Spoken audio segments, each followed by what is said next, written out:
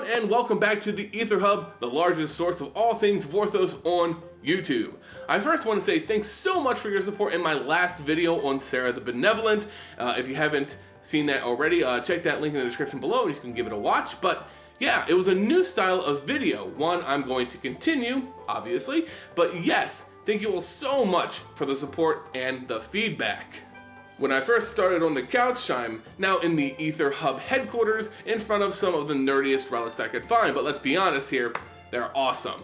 Still got some work to do on the quality and jazzing up the videos a little bit, but things are looking good here at the Hub. Now back on track for the topic of today's video. We're talking War of the Spark, so there's a lot to get into as their penultimate conclusion to our latest trip to Ravnica and possibly the iconic big baddie of Nicol Bolas' multiversal schemes. We know that this is going to be a huge event for the lore community, and the stakes have only gone up with the announcement of 36 different Planeswalkers, old and new, making appearances in the set itself. The teaser trailer are now officially released by Wizards. The stained glass images of the 36 included Planeswalkers have been confirmed to include those who will participate in the War of the Spark itself. And while I could go into detail into each and every one and discuss who I think is gonna live or die, cause come on, edgy Wizards needs to match Marvel's Infinity War to a T, this video will go into someone who's actually not included in those stained glass windows. Yeah. I probably threw you off, but this Planeswalker's exclusion could mean way more than the majority who did actually show up. So let's sit, discuss, chat about where the hell is Tezzeret in War of the Spark. Now, I'm not pulling your leg. Go back and check. No sources I've found suggest that Tezzy gets a window, and while that may sound sad, it actually may be deadly for Tezzeret, so not being included shouldn't be his chief concern. But hey, I said Planeswalkers were gonna die in this set, even those included in this art, so why is this different for Tezzeret? Well, I think those in the glass could play at least some role in the war to come, take some actions. Tezzeret not having a window may mean he doesn't even make it to the war. A little backstory on Tezzeret himself. I actually covered his entire story back in the day, so if you want more of this metal-armed Planeswalker, I'll provide a link in the video's description. Anyway, Tezzy is a servant of Bolas, not willingly, but really, you can't say no to an almost godlike soon-to-be god, now can you?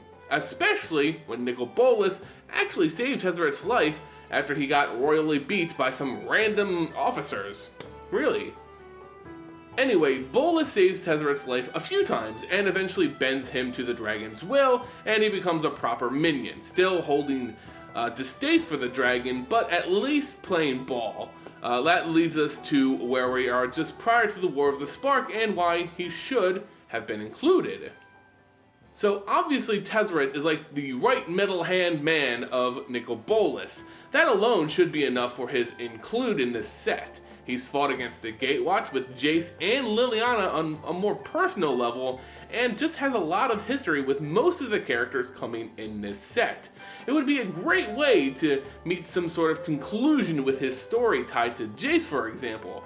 Jace standing over Tezzeret's mangled claw, knowing he finally bested him. So very good, right? Again, for more context, Jace and Tezzeret were kind of like business partners at the beginning, or at least associates until things turned sour. So yeah, murder attempts aplenty. More so, Tezzeret is a key component to Bolas' plan. The entire story for Kaladesh and Aether Revolt revolved around him using the Plane of Inventors to get him and Bolas an interplanar portal. This was eventually constructed by the elf Rashmi, who took her own trip through the Blind Eternities by accident as a non-Planeswalker. First time we've seen that in a really long time. Anyhow, Tezzeret gets the technology, but the Gatewatch comes and smashes the gateway to pieces. Looks like a win for the good guys, right? But nope. Tezzeret saves the information and builds a new portal with his own mechanical components on his body. He literally becomes the gateway himself, which means, of course, a Gate tribal Planeswalker is on the way. Bold move, Wizards. So, with this technology, which can maybe only transfer non-organic material through the Blind Eternities, but the whole Ravnica thing throws that off a little bit, so I'm not really sure. Anyway, Bolas sends Tezzeret to Ixalan to retrieve the Immortal Sun, the device built by Azor that prevents Planeswalkers from whatever world it's on. So, since it's a giant disc, after Vraska secures it, he just sucks it up into his armhole, and mission complete. It's why we didn't actually see him in the Ixalan story or the set. He played a very minor role at the very end of it. Yet, getting the Immortal Sun on Ravnica to prevent Planeswalkers from leaving wasn't his only task. Tezzeret is also tied to, wait for it, Amonkhet. Yep, on this desert literal wasteland destroyed by Bolas, the dragon created his eternal army of, well, Eternals. That's literally their name. Bolas is more pragmatic than clever, so give him that.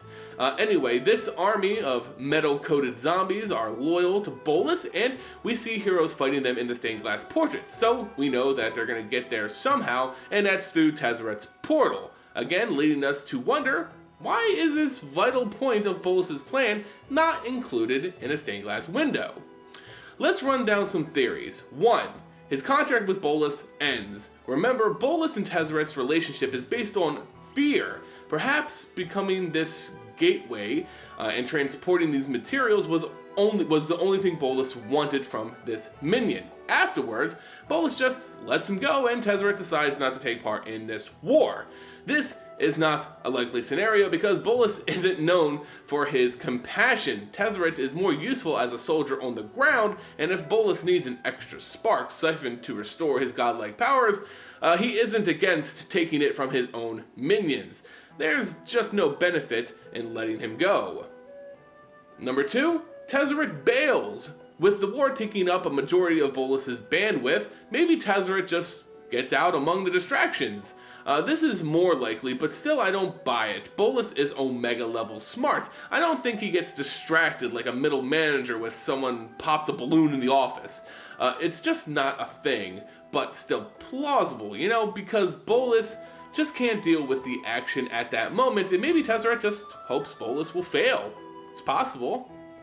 Number 3, Tezzeret is the backup plan. We know Bolas likes plans on plans on plans, even in his final act with his eggs all accounted for. You best believe that he has a backup if things go wrong on Ravnica. So that's all well and good, but what could this plan actually be? Well, this is more in that territory, but I think we could have gone with maybe a Phyrexian scenario? Yes, I know it sounds out of nowhere, but Hasbro has put up some art to promote War of the Spark, and the thing above Bolas' head, well, it looks a hell of a lot like the Mask of Yawgmoth, the symbol of the Phyrexians. We also know that Bolas was interested in the rise of New Phyrexia and even sent, you guessed it, Tezzeret to spy on the new leadership among the Praetors. So obviously Bolas knows about them and the threat that they pose, as they are metalish in biology. It isn't a long shot that Bolas sent Tezzeret there rather than fighting on Ravnica to bring Phyrexians to the plane as a contingency to wipe everyone out.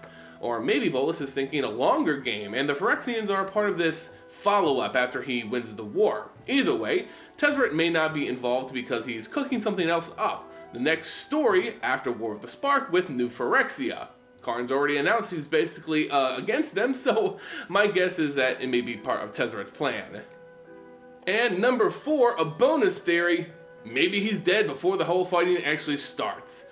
We don't know the limits of the gaping gate in his body. Maybe the strain of an entire undead army passing through him is enough to kill Tezzeret right on the spot. This would certainly be anticlimactic to say the least, especially for a character as vital to the story and others as Tezzeret. So, I wouldn't put much stock in this one, but still a possibility. Done in by his own gate hole. What a way to go. But yeah, there you have it, guys. A little lore chat on Tezzeret and his upcoming appearance, or maybe lack thereof, in War of the Spark. Loads of unanswered questions still on this character, and I want to know your craziest theories in the comment section below. Try and best my Phyrexian invasion one. I know it's nonsense, but I dare you to try. Anyway, if you enjoyed this MTG lore discussion, make sure you hit that like button, subscribe, share, and of course, hit that bell so you never miss our latest videos. I can't stress this enough, guys. A share on Reddit goes a long way in supporting the channel. You can also support the channel by visiting our Patreon page and joining the Vorthos army. Supporters get these Aether bundles every month. And that's a themed group of cards, including mythics and rares, all signed by me. Last month was Simic themed, and people got oozed and fish monstered real good in supporting the hub. So go check out that link in the description below, and you can find a bunch of different rewards that you get while supporting the channel. As always, guys, thank you so much for watching, and I'll catch you next time here on the Aether Hub. See ya!